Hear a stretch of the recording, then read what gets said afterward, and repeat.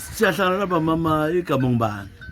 Siphiwe Sithole uMankonjeni. uMankonjeni. Lapha uphakathi kwembuzi lezi imbuzi zakho lezi. Ngezami ta. Uzithatha nga. Imbuzi lezi we've come a long way. Ezinye ezilokhu zasukela inhlanyelo yazo engakhungwa ngchata. Abadala bebuya lobulongo emthathweni. Ezinye zasukela lapho, that was in 1990.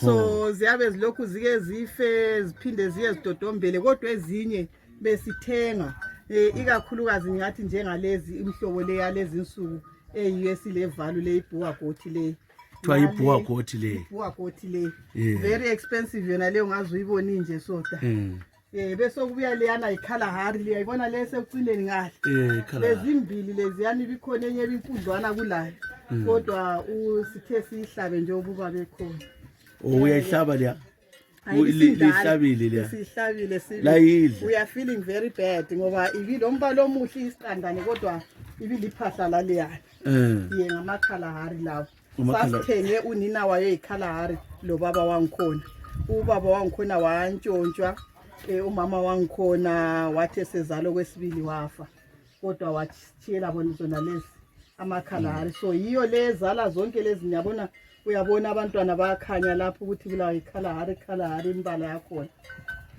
wena njengomuntu lo isizwe sokuthi ugcine kumbe ufuye imbuzi wasithatha ngobukhungiwe kumbe wavento oyithanda. Mina ngathi amaZimbabweans wonke by nature we are peasant farmers. Besivele sibizwa abazali bethu kungathiwa usebenza ngaphi abaningi abazali bebengasebenzi bathi bangama peasant farmers. So sikuthethe khona phana ke lathi sakhula lakho sakuthatha ukuthi vele umuntu maye ngumuntu kumele azame ukuthi abe lokhu isibayanyana abe lokhu isilugwanyana njalo ngoba vele yibo ubuntu bakwethu. Thina singabantu benyama. Mina ngilinguni dawo. Nxa usithole ngela sibaya ngeke ngihlale ngoba ngiphila ngenyama. Ukuthi uyakwazi ufuya into ezinye mbona lapha kule Lezimvu futhi. Ukufuya sikuzamile sibili ubabi kakhulu ngingathi nguye uvele ukufundele kodwa ke mina nangomnye sesidla isigqoko sami khanye ubaba ukufundele mina I have a lot of experience ngithe ngikhula umdala wami ubele plaza endaweni okuthiwa eTwin River eFort Jackson lapha kube sokuzokuthi ukhulu wami ubekuthemba Mafu ngabantu bakuqala the first few Africans ukuphiwa amaplot abantu ababesebenzela uhulumende wakuqala wawusathiwa isikomithi eGwanda lapha bebethi mabe retire babaqile instead of giving them their package imali yabo babanika amaplot so ukhulu wami ube le plot eGwatemba so ngivela emulini le background yokulima kakhulu so I gained a lot of experience ubaba ubeselima commercial sibili engenisa kubo GMB bephiwa lezikwelede through kuba ngama farmers ewoda inkomo bethenga maybe bathenga into ezinjengabo mpuphu chukela bahambe ama truck ba collect umumbe ebantwini babuye bangenise GMB njalo so ngivele ngikhulele ku background ye family.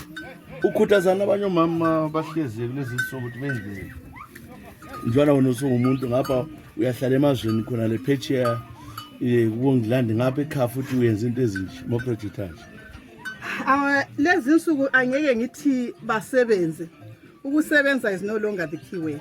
So multitask. You need to multitask. Ngoba market like sike saba imbuzi bezinengi la.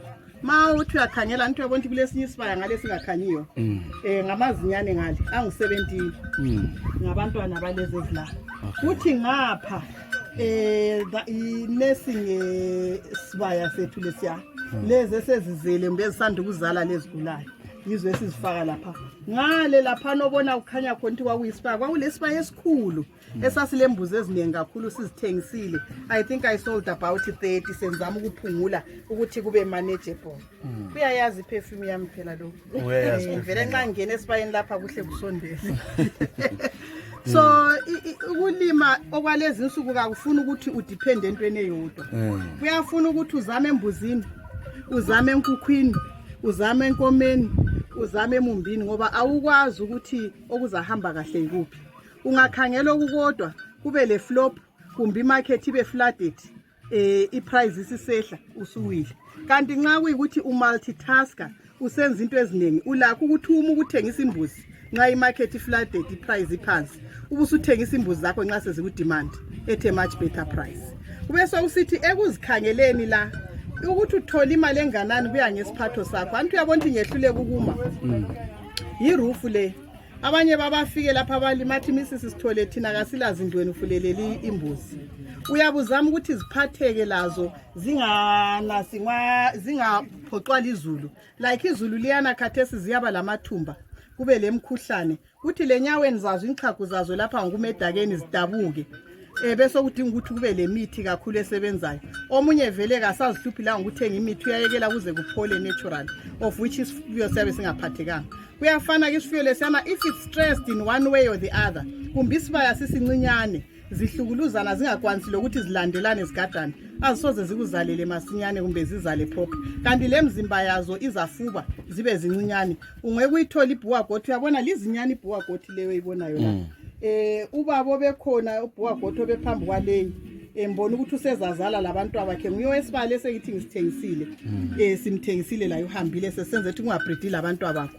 So kumele ukuthi ube lolwazi like I'm saying ukuthi kungabreedi labantu abakho. Ungabreeda labantu abakho kuba le problem yona le esasithi ukuthi amanguni thina singagula uyezwa bethi hali namanguni anti licha izulu ring.